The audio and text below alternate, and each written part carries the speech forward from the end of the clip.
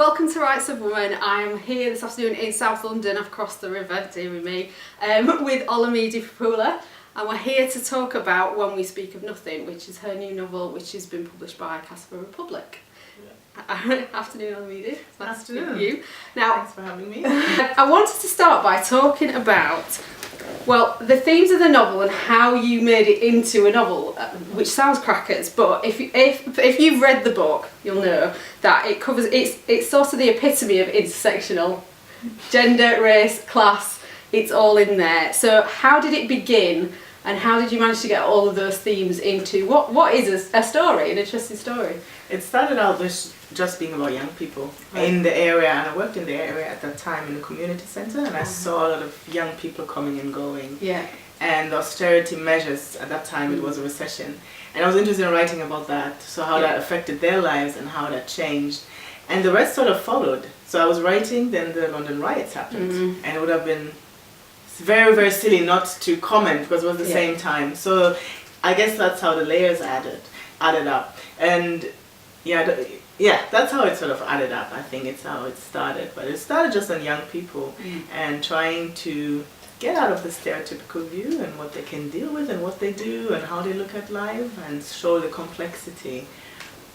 Yeah, that's interesting because there's a lot of complexity in there, but I felt like the heart of the story was actually about a friendship between two boys. So I was interested in what interests you about young male friendship.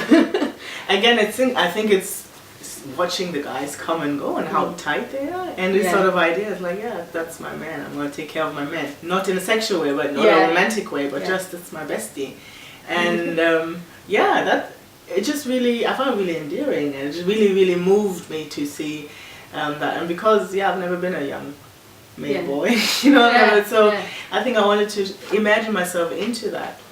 Yeah, and I think sometimes people don't realise, I mean, I talk as I've been a teacher, so I've seen boys go, and I think people don't realise sometimes the intensity of those friendships, whereas with girls, because they stand around talking all the time and and maybe they're more affectionate physically, but I think they're very tight in a way that sometimes they don't need to speak about. It's just very, very clear, and obviously in the novel things happen, so they have to sometimes speak. If they didn't, maybe they wouldn't be talking about their friendship. And I feel like we have to talk about the fact that one of the protagonists, Karl, is transgender. But what's really nice about it, I thought, was the fact that it's not a story about transitioning.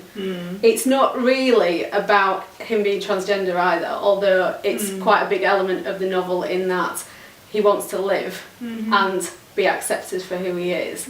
So I was interested in how you what was the decision to make Karl transgender, and how did you go about writing that character and sort of being true to someone and their journey? I think there's two big reasons for me writing about him. Again, starting from the young people that I saw and the bad cred that they get. So there's this view that Black and Asian communities are more homophobic or more transphobic, and there was a lot of Asian and Black people around the center or where I worked. So I thought, no, let's just reverse that a little bit, because you don't know what's going on in the home. You don't know who's nice to somebody, you don't know who's not nice, you don't know who's accepting. And I think I always have this feeling, love is love. So when somebody loves you, they'll go on that journey with you. And if they don't love you, they don't. And obviously, it's easier to hate people you don't love. So that's one thing. The other thing is it's a bit more complicated. It was my PhD project. So I was writing with research questions and objectives. And my big sort of unifying element was a Nigerian god deity called Ishu, who's an androgynous deity. And from there, when I was reading up on Ishu and I was thinking through some of the things Ishu stands for, it sort of developed from that. So I thought, okay, this is an opportunity to feed that in, to, in one way, reverse sort of the stereotypical view of, these communities are not accepting. So it's quite important how Abu's family is towards Karl. That's, for me, especially the father, I love that the most, that he's just, welcome, you're accepted, we don't have to talk about this. We have talked about this, but now we don't have to talk about this. So that's how the genesis about this. So you were trying to find out what sort of research I did, or? It'd be interesting, because I think it's, especially because it's such a topical, don't want to say thing, At the moment, but it's very topical at the moment. Yeah. Well, particularly, so we're filming this the day after Donald Trump's announced that transgender people aren't allowed to serve in the US Army anymore. Yeah. So, you know, and that's going to have a massive impact on those communities and the way that people see them. When I started, it wasn't as topical, so it's really weird that it became a thing that you have a lot of programs about transitioning or trans people. It wasn't like that at all. I think it is for me, it was a personal thing to engage as a feminist with gender in a different way, and it sort of came about. I know a lot of trans people always did. I'm queer, so that's not. Yeah. I think even before trans was such a term, I grew up in my communities with people who just define themselves differently, outside the gender binaries, and that's something that is quite common to me. So I think it wasn't such a big leap in a way. But I did a lot of research, especially because of that age group, because I needed to also know what it means. And obviously nowadays you have, you know, puberty blockers and there's hormones, and where could Karl be on his journey if he so chooses to be. So I did that, but I didn't really put a lot of that in the novel itself. I read up. I also met with somebody who was exactly Karl's age, and we had very good conversations. And that was after my first draft, and I asked him specifically, and I talked through some of the topics and asked him also what he felt was important and not so important. So great. And I want to talk a bit about the class element, because you said it's really intersectional piece of work, and you talk about the way that London's changing in the novel. So you've got, because you're in King's Cross, and at that time all the building work was going on for that amazing bit of Granary Square and the rest of it that exists now, and I was interested in you highlighting the disparity between the two worlds and what you wanted to say about it. Again, I don't want to keep going back to the community centre, but when I worked there, I remember we had training once, and they said that some of these streets were some of the most deprived in the whole country. Right. And when you saw the building walk, if you know King's Cross now, it is so glitzy, it's beautiful, it's very, very posh, but to have these pockets really in the middle of it, where there's nothing, and it coexists, and it became even more invisible through the building work, and I was interested in that. But also I think it's just because I come from a working class background, so you naturally kind of gravitate to those stories in a way. So I wasn't going to talk about somebody, I don't know, there's a penthouse around there, because maybe I can't make that leap of imagination, or maybe I can, I don't know, but I think it comes from my own background, but also because of the knowledge that it gets forgotten. It's right there, you don't see it anymore. Yeah, it's one of the things I think that unless you've lived in London, you don't realise that you know you're a street away from someone who's living in poverty, someone who's a millionaire, and can be in the same building, because all of these council flats, somebody could still have a council flat, but the flat next door might have been sold up, you know, in a few times, and now it's very, very, very posh. So it's quite amazing. Yeah. Now, slightly different topic. I want to talk about the language in the book. Yeah. I've got sort of a couple of questions on this, but if we start with, so you part of the novel set in Port Harcourt, part of it set in London. You use accent and a little bit of dialect from both regions, and it's also, I think, conveyed in the grammar, in the way the sentences are constructed. So I'm interested in the decision you made to write it like that, in that style, and how you went about doing it. I'm quite interested in that generally in my writing, and I call it speakerly text, and it's not something that I made up, but speakerly text comes from Henry Louis Gates Jr., who was a literary critic, and he wrote about this, and it's a school of especially African American writers who've done that, and it's in a way a text that leaps off the page and exists somewhere between maybe performance, stage and page. So the novel, I don't think it's not a performance piece at all, it's really a novel, but it sort of comes from me having done similar things in the past, and for me the voice is almost its own character. Of course, I'm giving it a narrator. There is issue as a narrator, but he doesn't take up a lot of space for himself other than in the voice. But I like, for me it's a character who's adding something to the novel by way of the voice.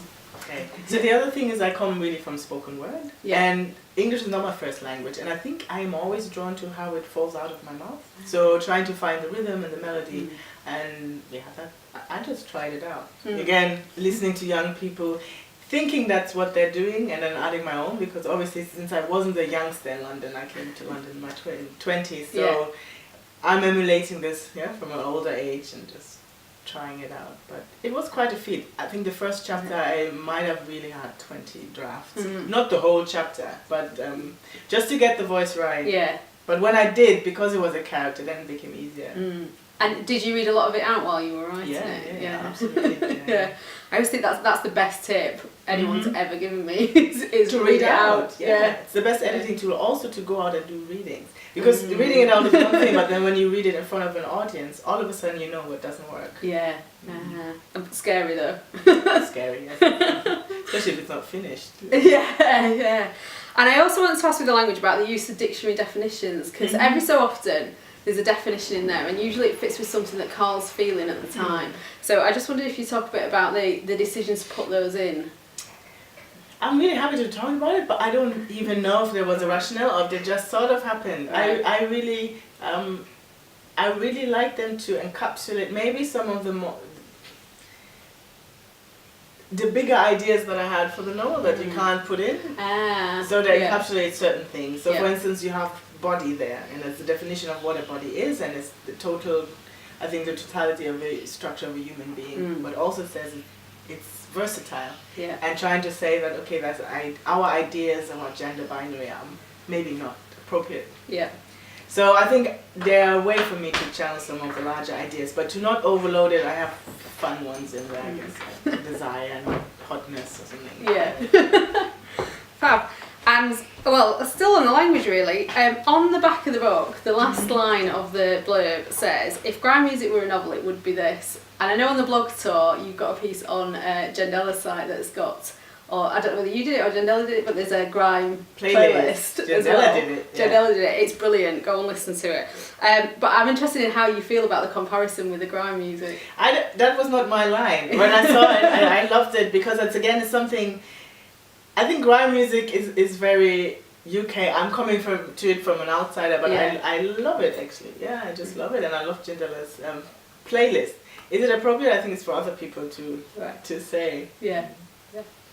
But at the launch it was really great because we had Afrobeat versus grime DJ, and it worked really well. And I think when they came out with it, immediately I thought, no, we have to have a dance off. We have to see who can do it, because we have London, we got Port Harcourt, everybody's really cool, and it's a different, youth cultures that come together. So are there videos from that night? There wasn't a real dance off, but I think we will eventually have that. And I didn't really get to dance, I was too busy. That's my only complaint about the launch. I didn't have time. What a shame. So, you've already mentioned about the fact that you've come from spoken word, and you've also written a play.